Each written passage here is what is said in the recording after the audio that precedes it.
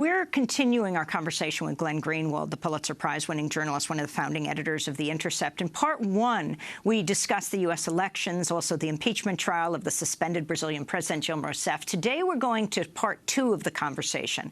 Glenn Greenwald recently wrote an article headlined, "Hillary Clinton's Likely Pentagon Chief Already Advocating for More Bombing and Intervention." We spoke to him at his home in Rio de Janeiro, Brazil, and I asked Glenn to talk about the article and just who Michelle Flournoy is.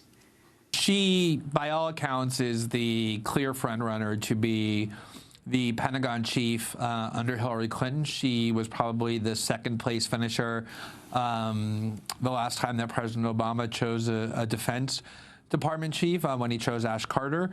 She's sort of this prototypical Pentagon technocrat who has been integrated into bipartisan military policy for a long time, so very much along the lines of how Hillary Clinton views foreign policy and military policy.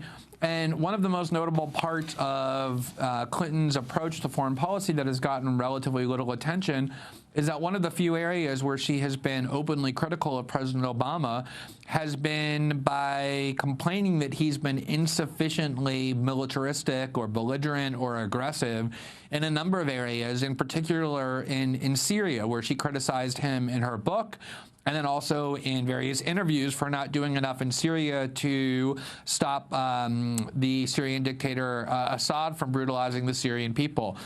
She has advocated, Secretary Clinton has, a no-fly zone, which could lead to military confrontation with Russia, who's flying over Syria. And then Michelle Flournoy, in an interview, made clear that she not only believes in a no-fly zone, but also more active boots on the ground in Syria, American boots on the ground. And given that the Russians are already there, that there is ISIS there, that there are al-Qaeda elements, that there's still a civil war ongoing, it would be extremely dangerous to involve the U.S. further in military involvement in Syria. And yet you have President Obama, who himself has been very militaristic. He has bombed 7 predominantly Muslim countries in the last 7 years. And yet Secretary Clinton's critique of his foreign policy is in every case that he's not aggressive enough, he's not militaristic enough. And in Syria in particular, they seem to really be itching to involve the U.S. a lot more directly and a lot more aggressively in that conflict. And how do you think Donald Trump's foreign policy would be carried out? It's always difficult to say what Donald Trump's policy would be because he has very few cogent ideas that remain constant from one day to the next.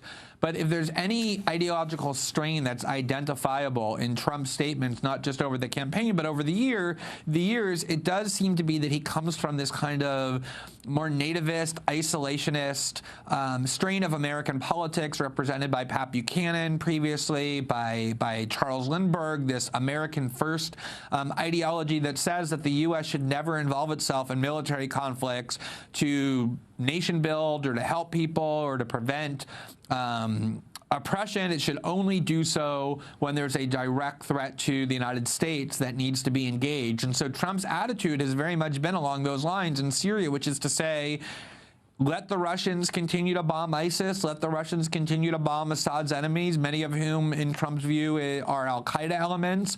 There's no reason for the United States to engage in any of that. And the only thing the U.S. should be doing in Syria, he says, is directly attacking ISIS, where he wants even greater bombing than Obama has already ordered. And so, in one sense, he's calling for more limited involvement in Syria by limiting the United States military action only to ISIS and letting the Russians handle everything else. But on the other hand, he's calling for massive bombing, the use of torture, other forms of war crimes, and targeting terrorist suspects' family members in order to fight ISIS. And so it's very difficult to say whether it's more militaristic or less. It's probably some combination of both to the extent that it can be predicted at all. And when